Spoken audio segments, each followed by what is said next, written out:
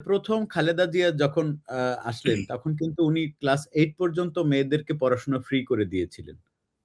হ্যাঁ।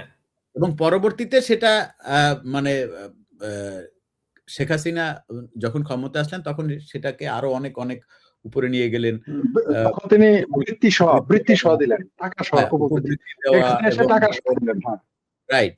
সো এটা মানে ধরেন এখন আমরা হয়তো যারা আওয়ামী লীগের পার্সপেক্টিভ থেকে কথা বলি তারা হয়তো বলতে পারে যে না এটা ওই সময় শেখ হাসিনা ক্ষমতায় আসলে সে হয়তো ক্ষমতায় থাকলে আরো বেশি করতে পারতেন। কিন্তু এক ধরনের বঙ্গবন্ধু মারা যাওয়ার পরে স্বৈরতন্ত্র ইত্যাদি সবকিছু মিলিয়ে প্রথম তো আসলে গণতান্ত্রিকভাবে নির্বাচিত হয়ে বিএনপি আসলো এবং খালেদা জিয়া আমার ধারণা উনি একজন নারী হিসেবে নারীদের প্রতি ওনার যে সমস্ত ইনিশিয়েটিভ ছিল সেগুলো উনি ওনার সাধ্যমতো উনি নিয়েছেন। এগুলো আমাদের কোনোভাবে অস্বীকার যদি করি তাহলে আমরা ইতিহাসের সাথে বেইমানি করব।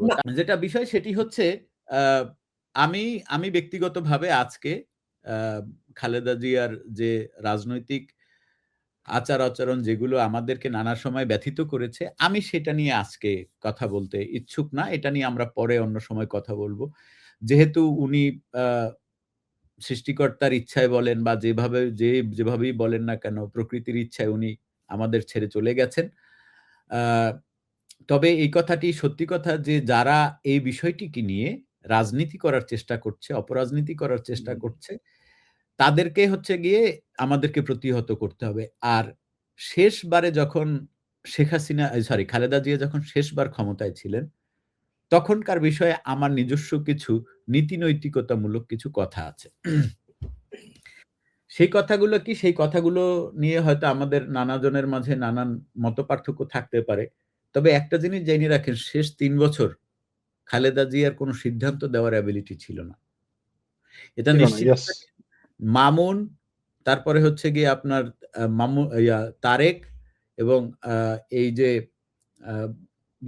লুকিং ফর শত্রু বাবর, হ্যাঁ।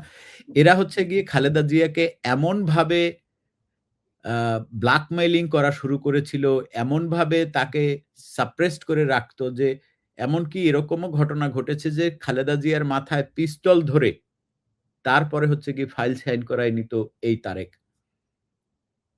এটা কিন্তু অনেক আর্মি অফিসাররা এই ঘটনা কিন্তু জানেন। অনেক আর্মি অফিসাররা এই ঘটনা জানে এবং তারেক দেখবেন যে সবসময় আর্মিদের ভয় পায়। কারণ আর্মিরা এই ঘটনাগুলো জানে।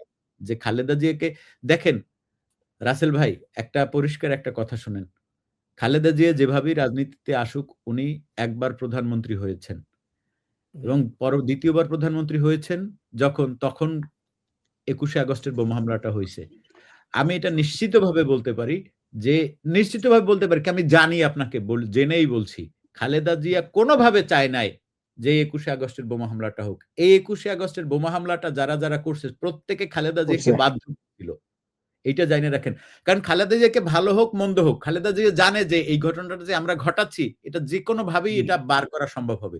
কারণ আওয়ামী লীগকে তো আওয়ামী লীগ তো ক্ষমতায় আসবে। আওয়ামী লীগ এটা বার করবেই। হ্যাঁ, বার করবেই। সুতরাং খালেদা জিয়া কিন্তু এটা চায় নাই। এটা আমি আপনাকে জেনে ব্যক্তিগতভাবে বলছি যে খালেদা জিয়া ২১শে আগস্টের বোমা হামলা হোক এটা কোনোভাবেই চায় নাই। এবং এই ২১শে আগস্টের বোমা হামলাকে কেন্দ্র করে মা ছেলের মুখ দেখা দেখি বন্ধ ছিল অনেক দিন। অনেকদিন মা ছেলের মুখ দেখা দেখি কথা বলা এটা পর্যন্ত বন্ধ ছিল। এই তথ্যটি আমি আপনাকে জেনে বলছি।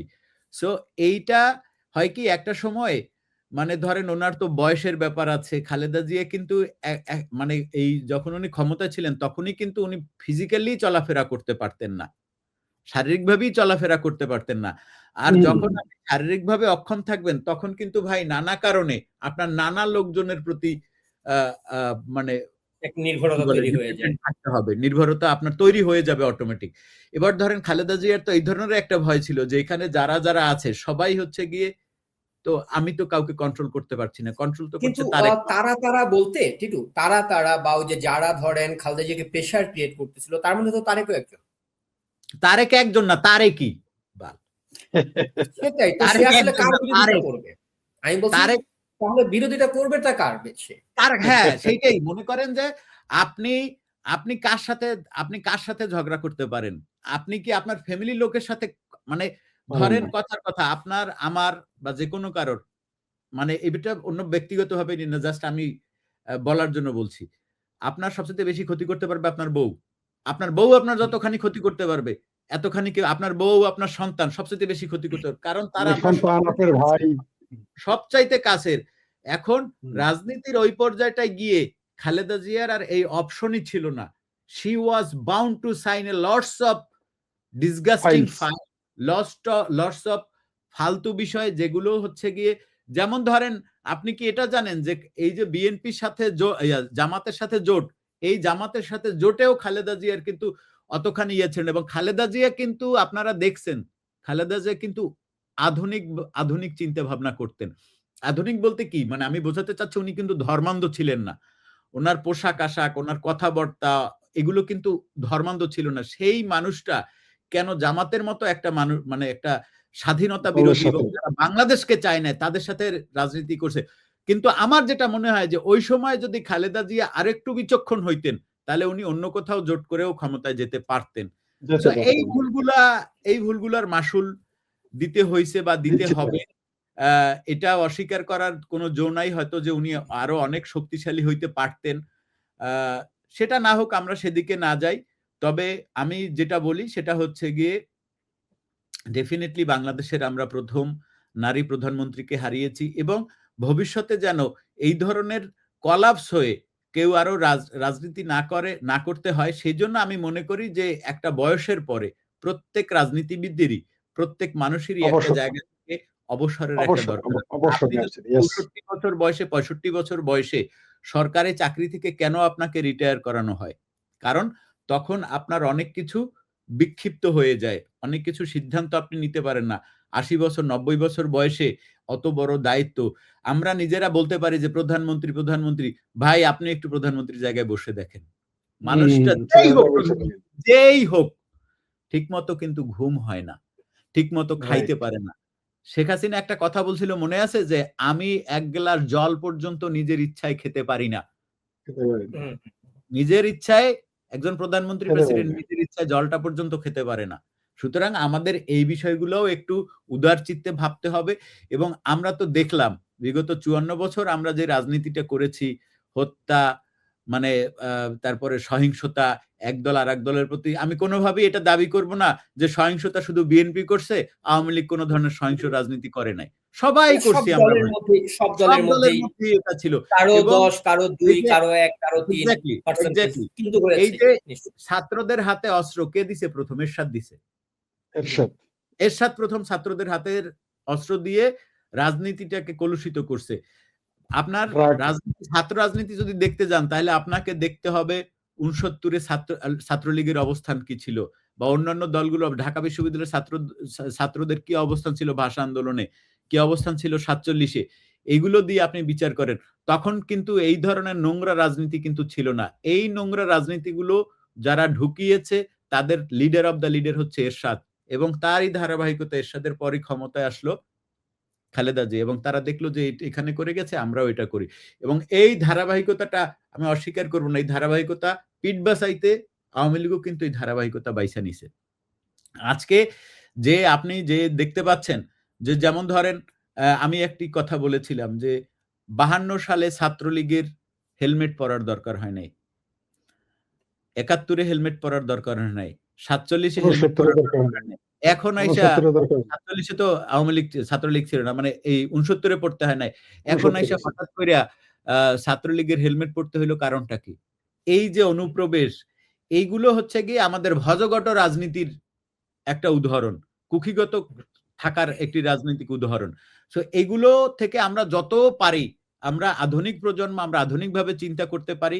এবং আমি মনে করি যে তারেক রহমান যিনি এতদিন বিদেশে ছিলেন, ওনার একটি 17-18 বছর বিদেশে থাকা কিন্তু চারটেখানি কথা না। ব্রিটেনের মতো একটি জায়গায়, যেটাকে আমরা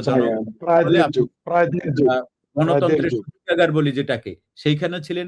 এবং আমাদের বিগত প্রধানমন্ত্রীর সন্তান জয়, মানে জয় সম্পর্কে তার শত্রুরাও বলবে যে জয়ের শিক্ষার আশেপাশেও আমাদের যাওয়ার হিম্মত নাই। আমি বলছি না জয় যে শিক্ষাটা পেয়েছে সেই শিক্ষা তারেক পেয়েছে না, তারেকের আবার শিক্ষাটা অন্য জায়গায় হয়েছে।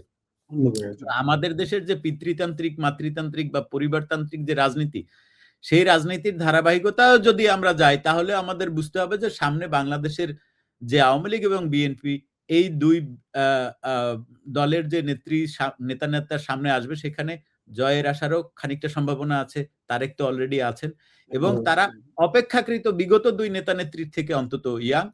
সুতরাং আমি বলবো, এবং জয় তো অনেক ইয়াং, জয়ের বয়স এখনো মানে 60ই হয় নাই, জয়ের বয়স এখনো 55 বছর। সো আমি অনুরোধ করব বিশেষ করে জনাব তারেক রহমান এবং জনাব সজীব ওয়াজেদ জয়, আপনারা দেশের ভবিষ্যতের কথা ভাববেন। আপনাদের হাতে, আপনাদের দিকে কিন্তু আমরা তাকিয়ে আছি। যত যাই বলি না কেন, আমরা জয় এবং তারেকের দিকেই আমরা আসলে তাকাই আছি। সুতরাং আমরা এই সহিংসতার রাজনীতি থেকে আমরা আসলে বেরিয়ে আসি, এবং আমরা রাজনৈতিক শিষ্টাচার বহির্ভূত আচরণ না করি।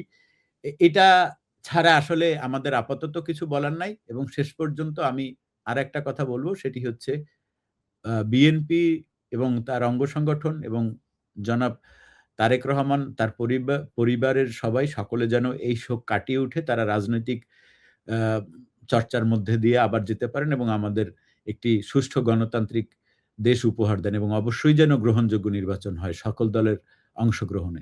ধন্যবাদ।